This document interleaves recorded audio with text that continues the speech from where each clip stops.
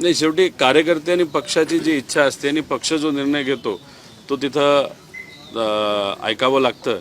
त्यामुळे त्यांचा पक्ष वेगळा आहे, त्यांच्या पक्षाने जो कुठला निर्णय त्यावेळेस तिथं घेतला जाईल, म्हणजे काकी जर निवडणुकीला त्यावेळेस उभं राहणार नसतील आणि जे उभं राहणार असेल, शेवटी त्यावेळेस जी लढाई होईल 2029ला ती तशी बघितली तर सर्व पक्षीय ती लढाई त्या ठिकाणी होऊ शकते.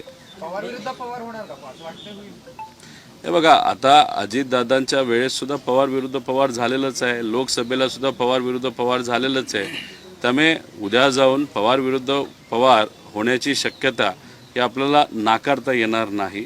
लोकांची इच्छा आहे, लोकांचं मत आहे, जी शेवट दादांची इच्छा होते की पवार परिवार एकत्रित आला पाहिजे.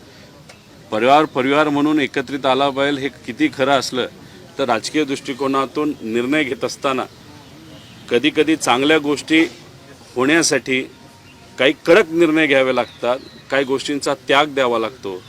आता जर उद्या जाऊन परिवाराला एकत्रित द्यावं लागेल, आम्ही तर विरोधात आहोत, पण सत्तेतून काही लोकांना बाहेर येणं म्हणजे एक पक्षाला आमदारांकडे बघून आणि त्यांच्या सर्व कार्यकर्त्यांकडे बघून तो तसा सोपा निर्णय नाही. यालाच मुद्दा असा आहे, ज्या दादाची इच्छा होती दोन्ही राष्ट्रांनी एकत्र एकूण तशी परिस्थिती निर्माण झाली, मग ती परिस्थिती बघून मग आत्ता दावा ठोकला जातोय कशाचा?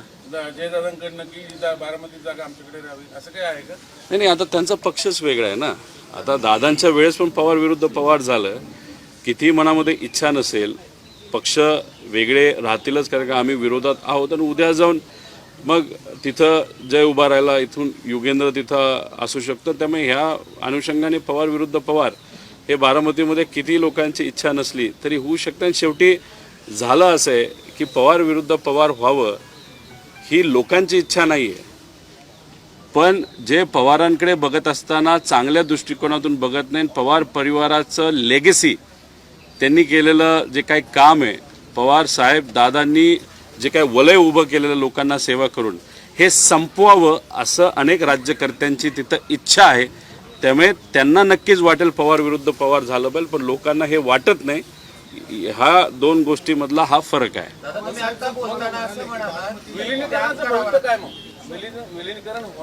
दादा असताना विलिनीकरण होणार होतं, दादा असताना विलीकरण झालं असतं तर मी तुम्हाला आत्ता आत्मविश्वासाने सांगतोय 2029चे या राज्याचे मुख्यमंत्री हे दादा 100% त्या ठिकाणी झाले असते. आणि मग आता दादा आज नसल्यामुळे दादांची इच्छा ती होती आणि दादाच आज नसतील, दादा खऱ्या अर्थाने पुढाकार घेणारी व्यक्ती त्या परिवारातून होती, नाही तर पक्षातून होती. दादाच नसतील तर आज विलिनीकरणाचा प्रश्न हा उद्भवत नाही आणि निर्माणसुद्धा होत नाही. आम्ही प्रचाराला, आज अनेक लोकांचं म्हणणं आहे तुम्ही प्रचाराला का फिरताय?